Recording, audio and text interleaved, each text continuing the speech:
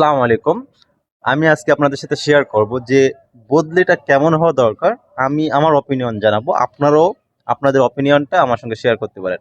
এক নাম্বার, বদলি হবে একটি সফটওয়্যারের মাধ্যমে। যেভাবে এনটিআরসিএ বিভিন্ন অধিদপ্তরের শেয়ার আপনার হচ্ছে সুপারিশ করে, ঠিক একই সফটওয়্যার দিয়ে তিনটা অধিদপ্তরে নিয়োগ বদলি কার্যক্রম সম্পন্ন করতে হবে।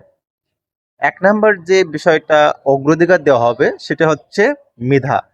যার স্কোর ভালো, নাম্বার বেশি, সে হচ্ছে বেশি অগ্রাধিকার পাবে। যদি আপনার এমসিকিউ সিস্টেমটাকে একটু সমন্বয় করতে হবে। দুই নাম্বার হচ্ছে দূরত্ব। যদি আপনার হচ্ছে মেরিট লিস্টে দুইজন সেম হয়, একই স্কোর হয়, তাহলে সে দূরত্ব।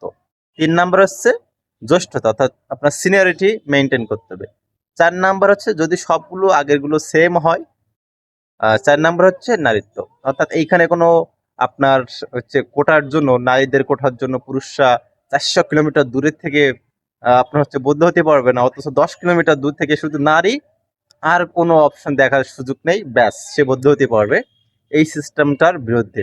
দুই নম্বর হচ্ছে শুধু দূরত্ব হলে হবে না, কারণ অনেকে মেরিটে ভালো নাম্বার থাকার ফলেও তারা বেশি দূরে চাকরি পায়নি। স্বভাবতই বাড়ির পাশে চাকরি নিয়েছে, অথবা দেখা যাচ্ছে পার্শ্ববর্তী জেলা বা উপজেলায় চাকরি নিয়েছে, তাদেরও যেন সুযোগ থাকে। এই জন্য হচ্ছে মেরিটকে প্রাধান্য দিতে হবে। তাহলে একটা সফটওয়্যারের মাধ্যমে বদলি কার্যক্রম সম্পন্ন করতে হবে। আর সত্য দেওয়ার ক্ষেত্রে এক নম্বর সত্য থাকবে হচ্ছে মেরিট, দুই নাম্বার থাকবে হচ্ছে আপনার দূরত্ব, তিন নাম্বার থাকবে হচ্ছে সিনিয়রিটি, চার নাম্বার থাকবে নারীত্ব। এই চারটা বিষয়। আর তিনটা অধিদপ্তর একই সফটওয়্যারের মাধ্যমে কি হবে, বদলি কার্যক্রম করতে হবে। এবং এটাই হইলে হবে কি, বৈষম্য মুক্ত হবে, এবং এটা আসলে সবার কাছে গ্রহণযোগ্যতা হবে। তো জানি না আপনাদের মানে কার কাছে কেমন লাগছে এই মন্তব্য, মানে আপনাদের মন্তব্য শেয়ার করবেন আমার কমেন্ট বক্সে। আসসালামু আলাইকুম রহমতুল্লাহি ওয়া বারাকাতুহু।